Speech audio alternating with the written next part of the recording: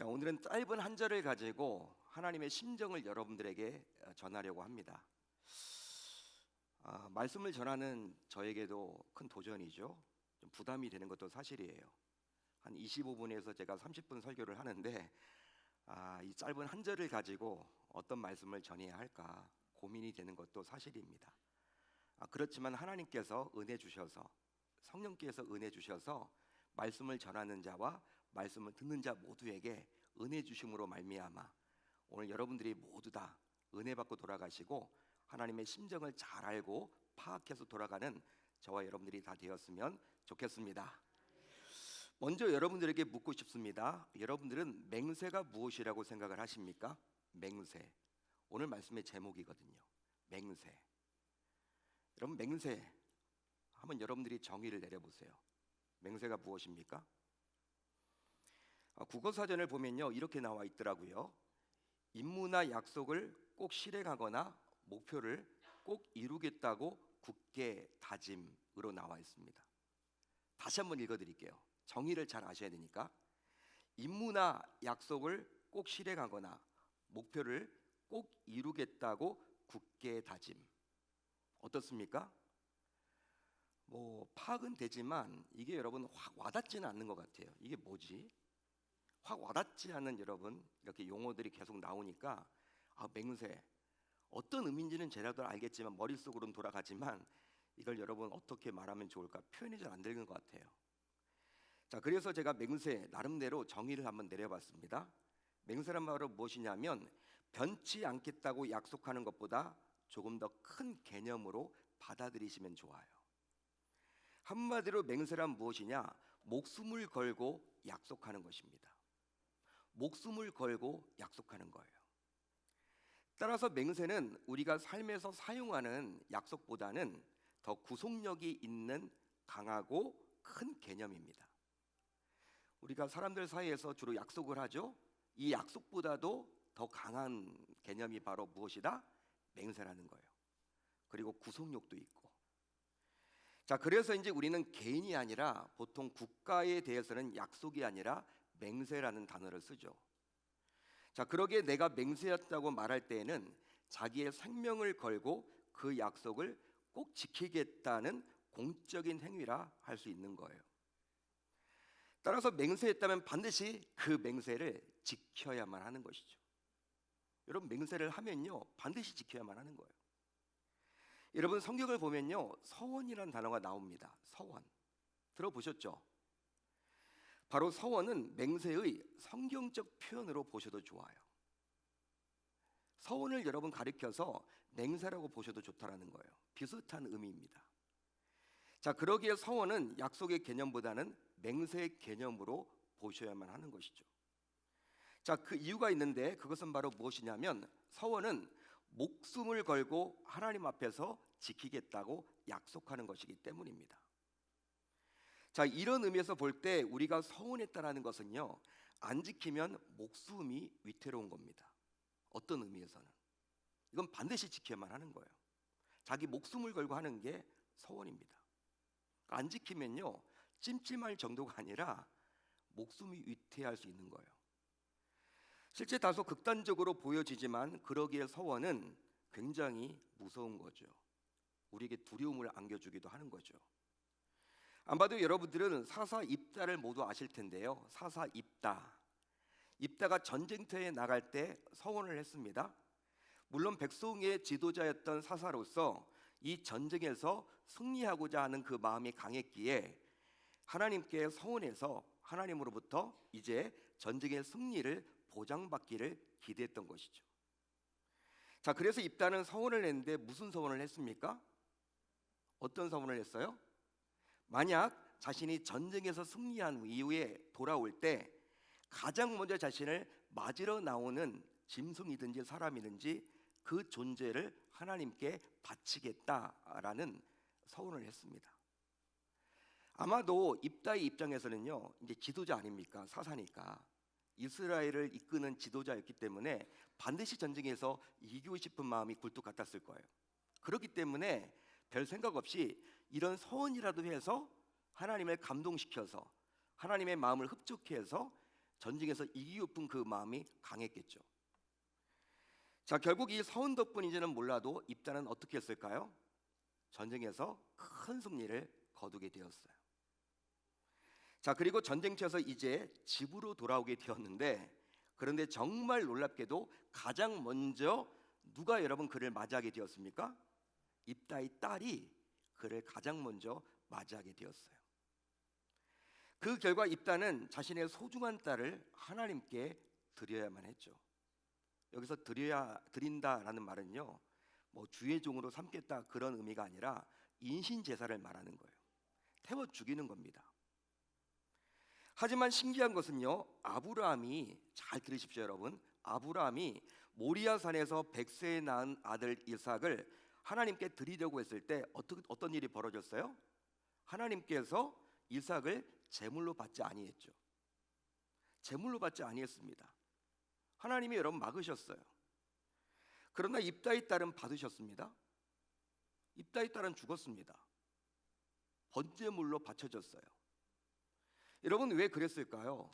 그 이유가 있죠. 바로 아브라함은 서운하지 않았지만 입다는 자기 입으로 스스로 서운했기 때문이에요.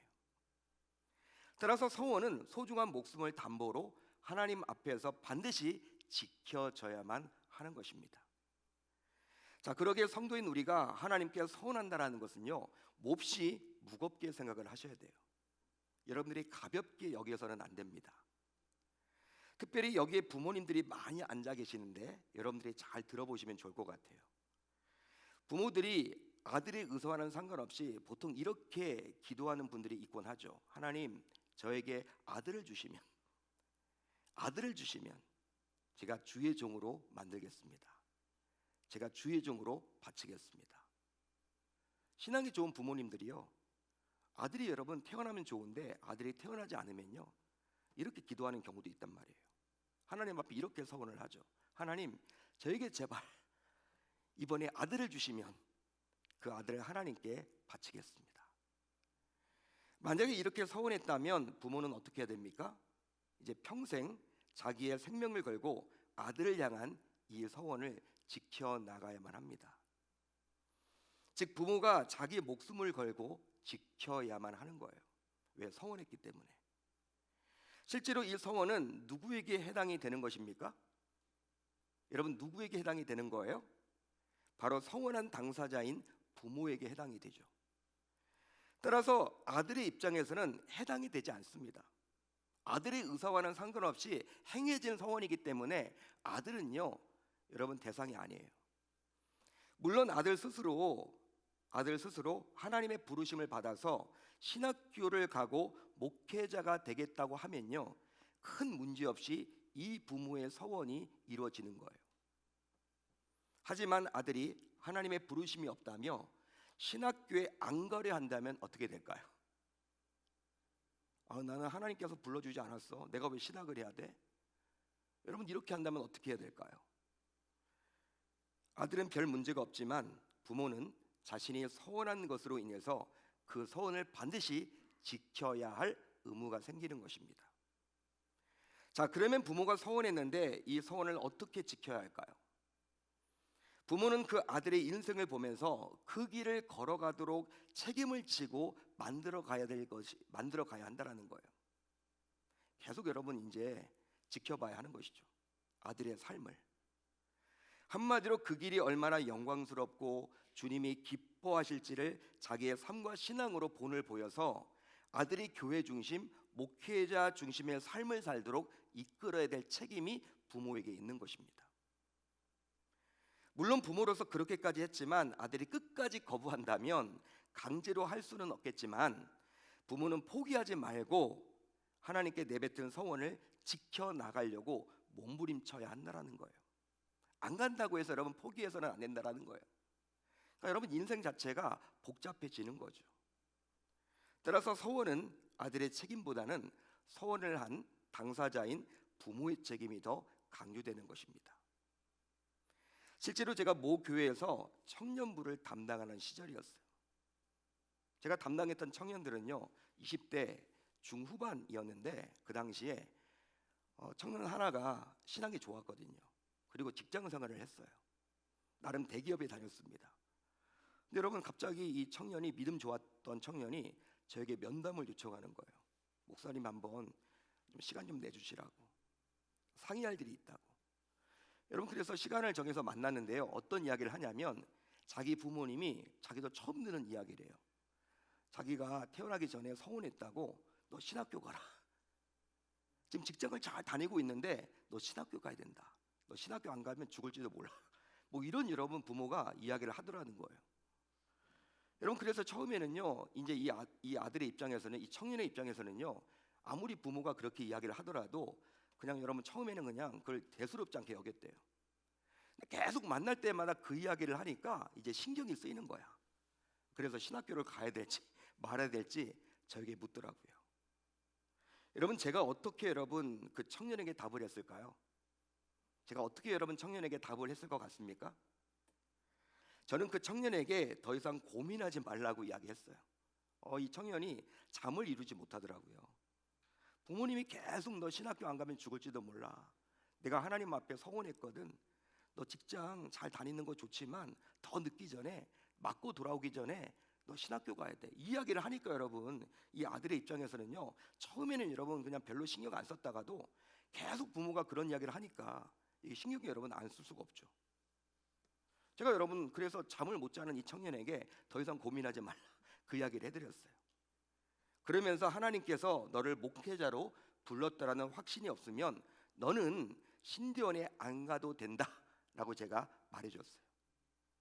이 말을 듣고 이 청년이 얼마나 기뻐하든지 제가 여러분 답을 해준 거잖아요. 아무튼 더하여 하나님께서 너의 부모를 통해서 너를 목회자로 쓰시기를 원하신다면 분명히 너에게 소명을 줄 거라고 제가 말을 했어요. 여러분 콜링이라고 보통 이야기를 하죠. 콜링 들어보셨습니까? 하나님의 부르심, 소명이라고 이야기하는 이 콜링. 소명이 없이 목회자가 되는 것은 지극히 잘못입니다. 여러분 설령 목회자가 되더라도 자신도 불행하고 여러분 그 목회자가 일하고 있는 교회도 불행하게 되는 거예요. 그러게 부모의 욕심으로 행한 성원이 자칫 더 큰 문제를 일으킬 수도 있는 것이죠. 하지만 결국 그 대가는 부모가 치러야 하는 것입니다. 왜냐하면 서원은 일종의 맹세로서 공적으로 자신이 한 약속에 목숨을 걸고 반드시 지켜야만 하는 것이기 때문이죠. 자, 그런데 성도인 우리는 살아가면서 진심이든 아니든 보통 이런 말을 참 많이 하죠. 맹세한다. 여러분 사용해 보셨습니까? 맹세한다. 나 맹세해. 나 하늘 두고 맹세해. 너 엄마 이름 두고 맹세해. 여러분 이런 말 사용해 봤나요? 여러분 들어보셨나요? 물론 일상에서 자주 사용하지는 않죠. 그리고 장성에서는 주로 사용하지 않는 것 같아요. 자, 오히려 맹세보다는 약속을 사용하죠. 약속. 하지만 맹세를 사용하지 않으면 안 되는 경우도 있습니다. 맹세를 사용하지 않으면 안 되는 경우도 있더라고요. 제가 말씀을 준비하면서 제가 꼭 여러분 생각을 해보니까 저도 많이 해왔더라고요. 예를 들어보면 아마 제 연배 또래 이상은 다 아시겠지만 예전에는 국기에 대한 맹세를 했어요. 학교에 가면 조회 시간에 여러분 태극기를 앞에 두고 항상 여러분 이렇게 딱 해서 국기에 대한 맹세를 했습니다. 어떤 맹세를 했습니까? 나는 자랑스러운 태극기 앞에 조국과 민족의 무궁한 영광을 위하여 몸과 마음을 바쳐 충성을 다할 것을 굳게 다짐합니다. 이거 여러분 지금까지도 막 암기가 돼. 하도 그때 해가지고 제가 국민학교 조회 시간에도 중학교 조회 시간에도 여러분 매주 월요일마다 이거 여러분 국민교육 헌장 이거 다 여러분 우리가 암기했잖아요. 굳게 된 맹세 아마 여러분 제 연배 또래들은 다 아실 거예요. 그 이상들은 우리는 여러분 그것을 해왔죠. 당시 이런 맹세는 해도 되고 안 해도 되는 것이 아니라 반드시 대한민국 국민이라면 해야만 했던 맹세였습니다. 자, 그런데 오늘 말씀 안으로 들어가 보겠습니다. 오늘 말씀을 보게 되면 야고보 기자는 뭐라고 지금 말을 하고 있습니까? 뭐라고 지금 말을 하고 있어요? 맹세하지 말라고 하고 있어요. 맹세하지 말라고 요구하고 있습니다. 촉구하고 있죠. 자, 그렇다면 이런 경우에 성도인 우리는 어떻게 해야만 할까요? 여러분, 야고보 기자가 맹세하지 말라고 하는 이유가 있겠죠.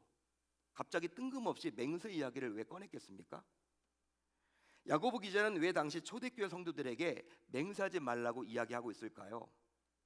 바로 당시 초대교회 안에서 성도들끼리 맹세한다, 맹세한다, 맹세한다, 맹세한다 이런 말을 사용함으로 결국 자신의 입장을 변호하려고 했기 때문이에요. 이렇게 맹세한다라고 말을 함으로 자기의 책임을 미루고 자신을 변호하려는 자들에 대한 책망으로 결국 하나님께서는 야고보 기자를 통해서 맹세하지 말라고 촉구하셨던 것이죠. 그러니까 책임질 일이 있으면 여러분 맹세한다. 나 맹세해. 내가 아니야. 뭐 이런 식으로 하는 거예요. 쉽게 말하면 야고보 기자는 자기의 잘못이나 순간적인 위기를 모면하기 위해서 맹세한다, 맹세한다라고 말해서 결국 책임을 지지 않으려는 당시 성도들의 나쁜 습관을 고치라고 촉구하고 있는 것입니다. 오늘 말씀을 통해서 실제로 여러분 예를 한번 들어볼게요. A라는 성도가 있다고 칩시다. A라는 성도. 이 성도가 명확한 잘못을 했어요. 어떤 정말 죄를 지은 거예요. 잘못을 했습니다. 진짜 여러분 나쁜 짓을 한 거예요.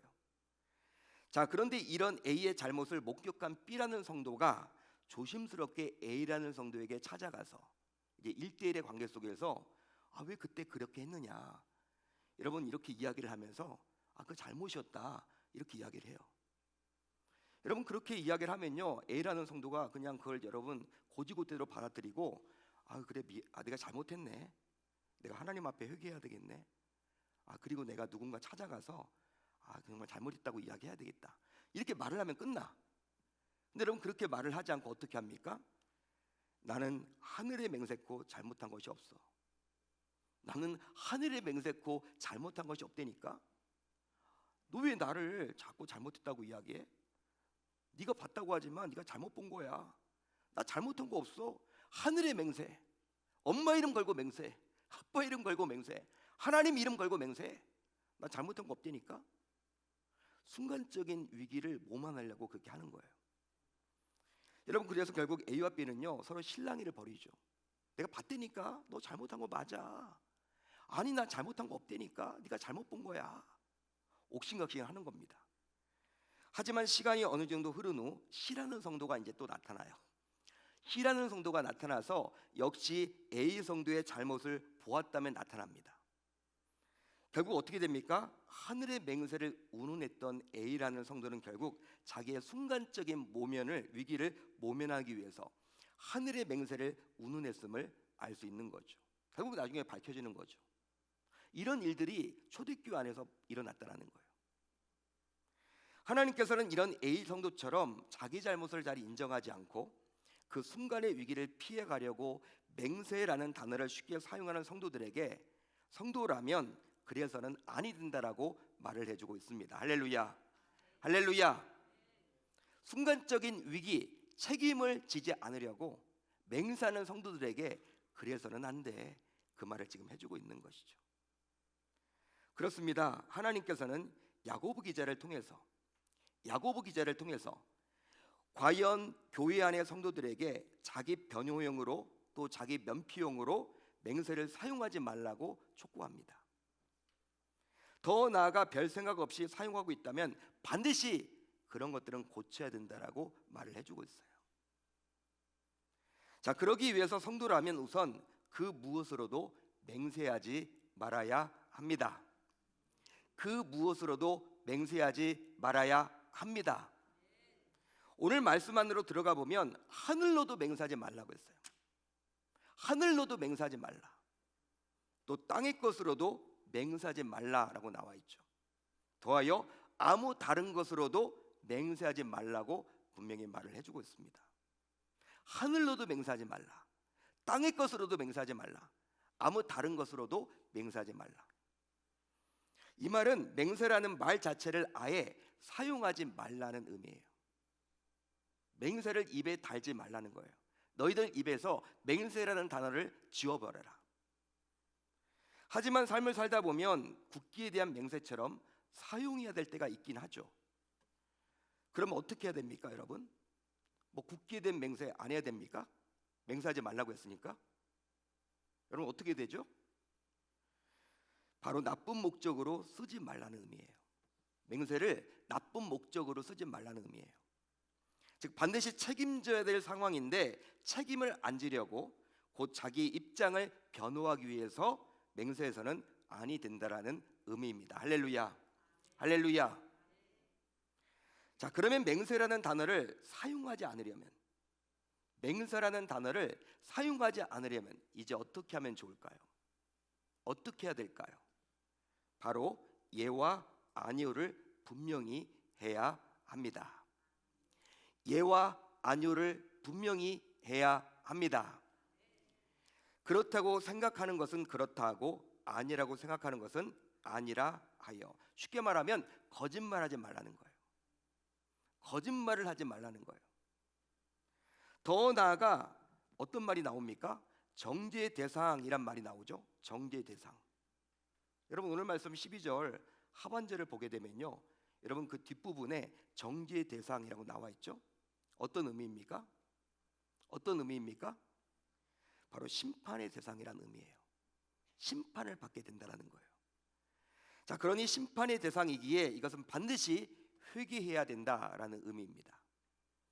따라서 잘못된 의도로 행한 맹세, 즉 책임을 지지 않으려고 했던 맹세, 한마디로 헛맹세는 결과적으로 우리 주님으로부터 정죄를 받게 되는 것입니다. 믿으시면 아멘, 동의하시면 아멘. 지금 하나님께서 무서운 경고를 해주고 있는 거예요. 이건 여러분들 그냥 우리가 여러분 입에서 지워야 되는 거예요. 맹세, 앞으로 나쁜 의도에서 하는 맹세, 자기 책임을 지지 않으려고 하는 맹세, 헛맹세. 여러분 이것은요, 하나님께서 회개하지 않으면요 책망 정도가 아니라 심판을 하신다는 거예요. 정죄를 해버린다는 거예요. 아주 무서운 이야기죠. 사랑하는 성도 여러분, 성도인 우리 역시 별로 중요하게 생각하지 않기에 맹세를 하곤 합니다. 또 고의적으로 사용을 하거나 심지어 장난식으로 사용할 때가 있기도 하죠. 장난식으로. 어릴 적에 여러분들 우리가 한두 번쯤은 다 사용을 했던 것 같아요. 즉 나 맹세해, 나 엄마 이름 걸고 맹세해, 나 하늘 걸고 맹세해, 뭐 이런 여러분 이야기들을 우리 주일학교 아이들도 다 할 텐데요, 우리가 여러분 부모라면 이제 가르쳐야 돼요. 이거 하면 안 된다. 자, 그런데 이런 사람들의 특징이 있습니다. 이렇게 맹세를 여러분 주로 하는 사람들의 특징이 있는데 바로 거짓말을 즐겨합니다. 거짓말을 즐겨해요. 특징이. 또 자기 입장만을 고수하죠. 한마디로 고집이 센 자들이 주로 해요. 그뿐 아니라 양심에 털이 난 자들입니다. 즉 양심의 가책을 느끼지 못할 만큼 죄성이 가득 찬 자들이에요. 하지만 분명한 것은 헛맹세는 바로 범죄입니다. 헛맹세는 바로 범죄입니다. 바로 하나님께서 그리 여기시기 때문이죠. 그러니 어떤 경우에도 성도라면 이제 진실을 말해야만 하는 것입니다. 예와 아니오를 분명히 하셔야 하는 거예요. 자, 그렇게 하려면 성도인 우리는 코람데오 정신을 가져야 합니다. 한번 따라합니다. 코람데오. 코람데오. 코람데오. 코람데오. 코람데오라는 말은요, 하나님 앞에서, 하나님 앞에서 이런 뜻이에요. 즉 하나님이 실시간으로 나의 일거수일투족을 보고 계신다라는 신앙을 우리 모두 가져야만 하는 것이죠. 한마디로 내가 맹세할 때에도 하나님은 나의 의도를 정확하게 파악하고 있다라는 거예요. 또 성도인 우리가 헛맹세를 하게 되면 결과적으로 이것으로 인해서 자기가 더 큰 어려움에 봉착할 수도 있음을 우리 모두 알아야만 하는 것이죠. 여러분 보통 교회에서 이제 말씀을 좀 이제 한 가지 예를 들고 이제 말씀을 이제 좀 맞추려고 하는데요. 보통 교회에서 공동회의를 열어서 유효 투표수 3분의 1을 얻게 되면 결과적으로 중직제로 피택을 받게 돼요. 장로로 피택을 받고 안수집사로 피택을 받고 권사로 피택을 받게 됩니다. 그러니까 공동의회는요 아무나 여러분 참여할 수 있는 것이 아니라 무후만 입교인들이 참석하는 거죠. 그 교회에 등록한 무후만 입교인들이 와서 투표를 합니다. 투표수 가운데 유효 투표수 3분의 1을 받으면 이제 공동회의 통과가 되어서 장로로 세워지고 안수 집사로 세워지고 권사로 세워지게 돼요. 그리고 이제 담임 목사가 주재하는 일정한 교육을 받게 되면요, 임직식을 하게 됩니다. 우리 교단 헌법에는요, 6개월 이상 담임 목사가 교육하라고 나와 있어요. 중직자가 되면요. 그러니까 피택을 받았다고 해서 그 교육에 참여하지 않으면요, 임직을 못 받는 거예요. 우리 헌법에 나와 있기 때문에. 자, 그리고 나서 이제 임직식을 하게 되는데, 임직식 순서를 보게 되면 어떤 게 있느냐? 장로로서, 안수집사로서, 권사로서 서약하는 시간이 있습니다. 여기에 지금 장로님도 계시고 안수집사님도 계시고 권사님도 계시는데 손 들고 다 서약하셨죠.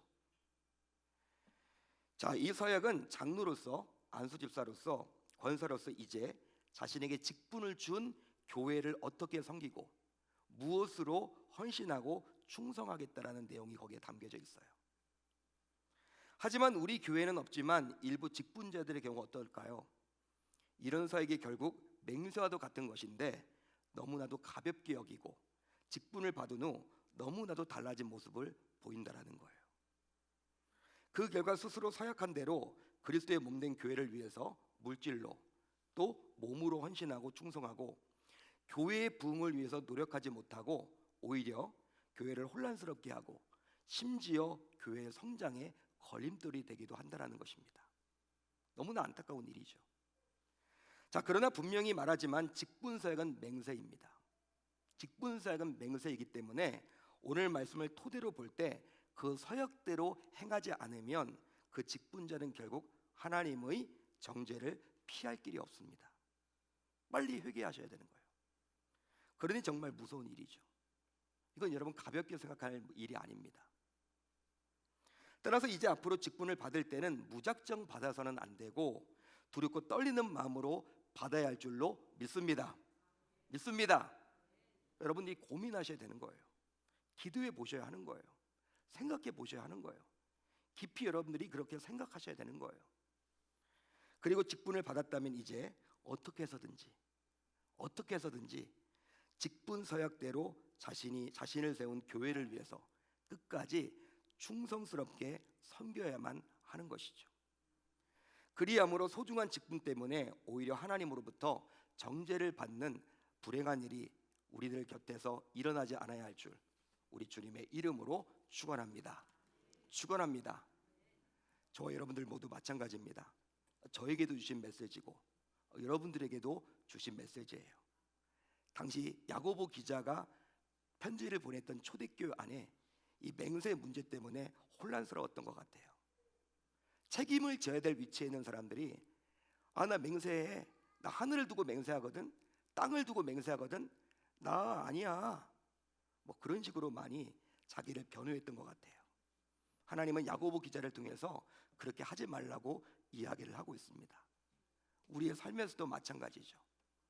예와 아니오를 정확하게 답을 하시고 이제 맹세, 서원, 직분, 사역과 같은 하나님과 하게 되는 그 일은 우리가 가볍게 여기지 말고 여러분들이 중히 여겨서 기왕 하는 거 하나님의 복을 받지 않겠습니까? 하나님의 정죄가 아니라 하나님의 축복을 받는 저와 여러분들이 다 되셔야 할 줄 우리 주님의 이름으로 축원합니다.